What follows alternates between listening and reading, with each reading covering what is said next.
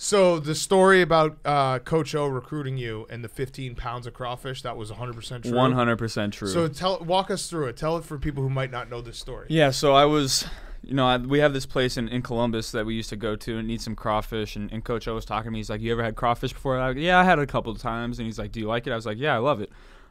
So we go to this place called Mike Anderson's, and we went there. Yeah. Yeah, it's right next to my house, and I'm looking for the crawfish on the menu, and there's no crawfish. I was like, I was looking forward to having some crawfish in crawfish country. Right. And Coach was like, you want some crawfish? I was like, oh, it's all right. I was hoping to get some. He's like, I got it. And he makes a call. Like 20 minutes later, they bring in this bathtub of crawfish, bring it in the back, they boil it and bring it right back out.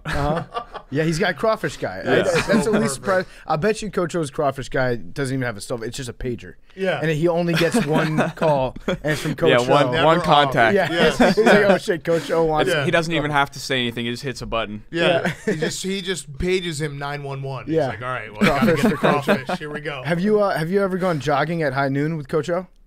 I have not, but I've been driving out of workouts when I've seen Coach O, and he just gives a little fist bump when he sees me driving out of there. It's becoming friends with the sun. Yeah. Yep. Gotta know it. Gotta love it. Ray Baker, that's what he calls it. Ray Baker. What's that? The sun. Oh, that's his name for the sun. Yeah, the Ray Baker. Ray Baker. Oh, that's awesome. That's so good. We should make sunglasses that are just called Ray Bakers. Ray Baker. I like that. What did he tell you guys before the Alabama game? Because you guys hadn't beaten Alabama in forever. Yeah. We went to the game last year. Didn't score. Not that fun. Not that fun at all. We cheered a lot before the game. Yeah, it was really, everyone was fired up before the game. It but, was loud. Going into that game, I was like, I had a feeling that we were going to get our asses kicked. Right. So how about this year, though, when you guys, haven't, I think it was, you guys hadn't scored a touchdown against Alabama in like 7 or 8 quarters, hadn't beaten them in a while. What did he tell you guys in the locker room beforehand? Yeah, he said it stops here. He drew a line, a fake line with his foot and his finger, and he said, this shit stops here. And we felt like we were the better team. Like, we kind of knew we were going to go in and take our business. Yeah. That confidence that's what I was explaining it on Sunday, last week's podcast, after watching you in the Georgia game, the SEC championship. There's something about your look and your demeanor on the field that makes me want to run through a brick wall. Yeah. It's like you have this confidence in your face. You did the walk-off touchdown against Georgia. Yeah. That was a cocky move. Yeah. Where you just knew, you're like, I don't yeah. I mean, he was wide open. I knew I got it to him, and I just started running off. So for people who didn't watch the game, Joe threw a touchdown pass, and while the ball was basically in the air, he turned and walked towards the sideline and was like, that's a touchdown. I'm good. It was pretty awesome. Yeah. I'll do something before every game. So the two teams have, they do their team warm-ups, and each team is on like the 35 or something, and when we get done, I'll go and just stand at like the 48 so I don't cross their line and just stare at them. And they have all their people that line up and try to like hide it, and I'm just like looking right through them, and they're just standing there trying to like staring me in the eyes, and I'm just beating my eyes through all of them. And they're like, "Why? Where did this bully from 1986 come from?" We're and screwed. I got a guy on the sideline with my Letterman jacket to come out and put it on. I love that. I love it. So a lot of people were saying that you got your swagger when you got hit in that bowl game, the game against UCF, and the dude kind of laid you out and you popped up afterwards. Yeah. Because it looked like it was a pretty bad hit. I actually thought that you were kind of a changed player after the Alabama game last year. Yeah. Like something clicked in you at that point. Like for you, where was it? Where was the moment where you're like, you know what, I'm taking this next step forward and I feel good about where I'm at right now? Like, everything in the past is in the past. Would you say it was after that loss against Alabama? Yeah, so we played Rice the next game. So we played Arkansas after Alabama and stunk it up. We were terrible. We beat them by like 7 or something. I remember that game because Nick Brosette stopped at the 2-yard line, and everyone was pissed because we didn't hit the over. You guys kept on running plays with like no time left. That was Coach E. He was like, screw this. I want to score a touchdown. And Nick kept falling down. They kept on. It was weird, too. They would fall down on first down, then they ran a real play on second down, then they fall down. Like, you guys were doing both things. I remember vividly watching it. I had Arkansas. Yeah. So I was happy that he felt, but that was crazy. Yeah, Coach E was not very happy in the locker room. He's like, Nick, what are you doing? I wanted to score a touchdown there. Right. It was crazy. It was crazy. But keep going. Yeah, and so then we played Rice after Arkansas, and that was my first 300-yard game. And then we played Texas A&M, the dreaded 7 overtime game. Yep. That was not that fun. No. miserable. That was bullshit. Actually. That Was it the weird? refs Was took it that away was from it me. weird after you lost and Coach O was soaking wet from the Gatorade So I was. bath that he got So in, I like, had the passed. third So I, overtime? oh yeah, I didn't even know that had happened. I would have stopped that immediately. But Yes. so I actually passed out in the locker room because I didn't really know what was going on. I was dehydrated.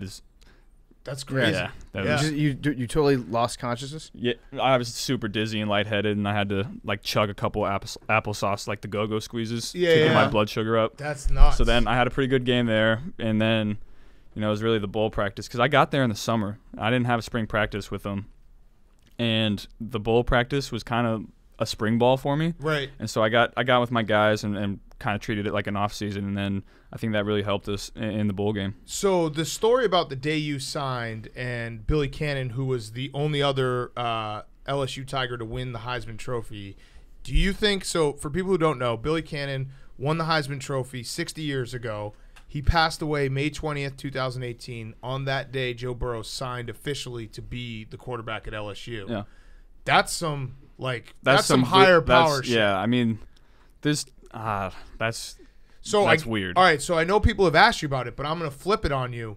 Will you now, when hopefully 75, 80 years from now, when you pass away, will you make sure that you pass away during like signing On signing period? day? Yeah, Yeah. right. Like you got to make if sure. I'm on life support, I will make sure my family pulls the plug on signing day. Okay, Yeah. good. It'll I was be- gonna say, don't be selfish and like pass away in the middle of August or something. Yeah. and fuck this whole. I'll hold thing it up. out. I'll hold it out till December. Yes, It'd be like yes. Eli Manning the fourth commits to play at LSU on the day you're done. Arch Manning Jr. Oh, yeah, exactly. Okay, good. That's all I was. When I saw that, I was like, I know people have been asking this, but I really want to know, can he make sure to die on the correct time period? Yeah, I got good. you. All right, The good. intangibles matter. Yeah. I've been a fan of yours ever since I realized what a huge fan of Matthew Dellavedova's you Oh were. yeah, I got the deli shirt on. You You are Yes. rocking the deli You do. shirt, Yes. and people thought I was just making that up about you, but you are probably a bigger deli fan than I am. Yeah. At what point did you realize like he's actually better than LeBron James? So and that's why they're winning the I've championship? been a deli fan from the jump.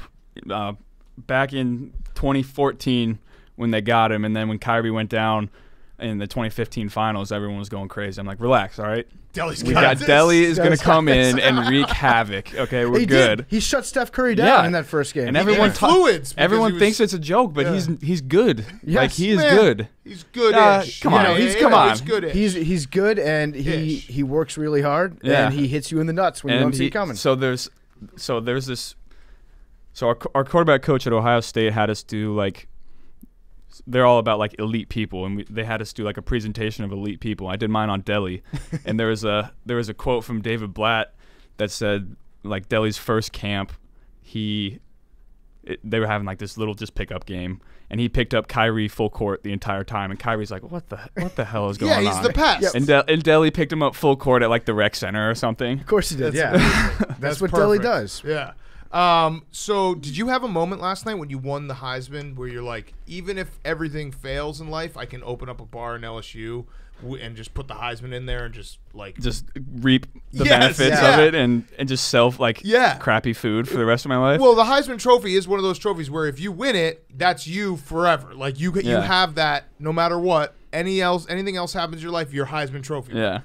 Have you had that moment yet where you're like, I I'm guess good? I guess there we go. This is the is moment it. right here. Okay, yeah. you're good. I You just, can either open a yeah. restaurant called Burroughs EAUX and Yeah. put the Heisman Trophy in Uh-huh. there, sell like hamburgers or something. Our Yeah. car dealership. Yeah. 'Cause you're make a car lot of dealer. money Yeah. selling used cars. in You're Baton Rouge. always Heisman Trophy winner Joe Burrow. Yeah. And so you have that forever. Yeah, it's crazy. Okay, I mean, that is crazy to think like something, what are you, 23? 23, To yeah. have that, set be for like, life. that's it for Yeah, life. Like, crazy. Obviously, you're going to accomplish a lot more, but I would personally just stop trying after that.